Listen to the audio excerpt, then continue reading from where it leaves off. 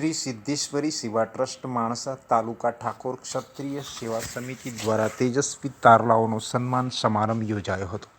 આ સન્માન સમારંભના મુખ્ય મહેમાન તરીકે N D. Chaudhary, A V. Thakor, advocate and notary પ્રમુખ શ્રી દોલાજી ઠાકોર, પ્રિન્સિપલ માણક હાઈસ્કૂલ મંત્રી Shri Sunilsinh Thakor, Rajubhai Thakor, advocate and notary Ghabhuji Thakor, Bhavnaba Thakor તેમજ માણસા તાલુકા ક્ષત્રિય ઠાકોર સમાજના સિદ્ધેશ્વરી સેવા ટ્રસ્ટના કમિટી મેમ્બર અને આગેવાનોની હાજરીમાં દીપ પ્રાગટ્યની સાથે કાર્યક્રમની શરૂઆત કરવામાં આવી હતી.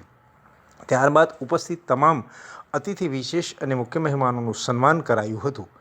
ક્ષત્રિય ઠાકોર સેવા સમિતિ માણસાના પ્રમુખશ્રી અને મંત્રીનું સન્માન, ઉપસ્થિત પત્રકાર મિત્રોનું પણ સન્માન કરાયું હતું. ધોરણ 10-12માં પ્રથમ નંબરે આવેલા વિદ્યાર્થીઓનું સન્માન, એન્જિનિયરિંગ અને નર્સિંગ ક્ષેત્રે સફળતા પ્રાપ્ત કરેલ વિદ્યાર્થીઓનું સન્માન, અતિથિ વિશેષ એવા એ.વી. ઠાકોર દ્વારા પ્રાસંગિક પ્રવચન અને શિક્ષણ અને શિક્ષિત હોવાનું મહત્ત્વ અને તેને મેળવવા માટે અથાગ મહેનત અને દરેક સમાજના વ્યક્તિઓનું સફળ થવા પાછળના ઉદાહરણો અને અભ્યાસ દરમિયાન વિતાવેલી પરિસ્થિતિનું વર્ણન કરાયું હતું.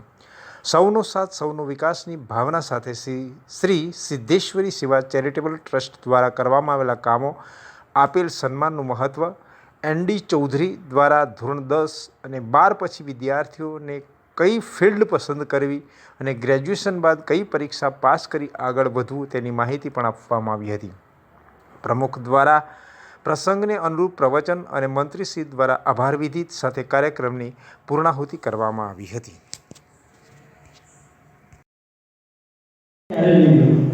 અને સાહેબે ખરેખર કેટલા બધા પ્રોત્સાહન કર્યા અને એ સમયે એવું પણ થયું હતું કે પાવતીઓ સાહેબ ઉઠી અને પૈસા લખવા માટે ના પાડે એટલે બેનો વસ્તુ બધી કરી. પણ મેઇન જે સ્ત્રોત કહેવાય, પ્રેરક બળ કહેવાય, એ એની જોડે સાહેબ છે. ત્યાર પછી આપણે જ્યારે બધા પ્રોગ્રામ કરતા રહે છે ત્યારે એમનો સહકાર, એમની ઇન્ફોર્મેશન સારી એવી એ પોતે એમને સમજાવતા કે અગોવાજી આ રીતે કરો, સુરેશ આ રીતે કરો. આપણા સમાજના કેટલાક વાલીઓને એમને પેન્ટ પણ આપેલા, પેન્ટ પીસ પણ આપેલા છે. આગળ એક એમની જાહેરાત પણ કરેલી છે કે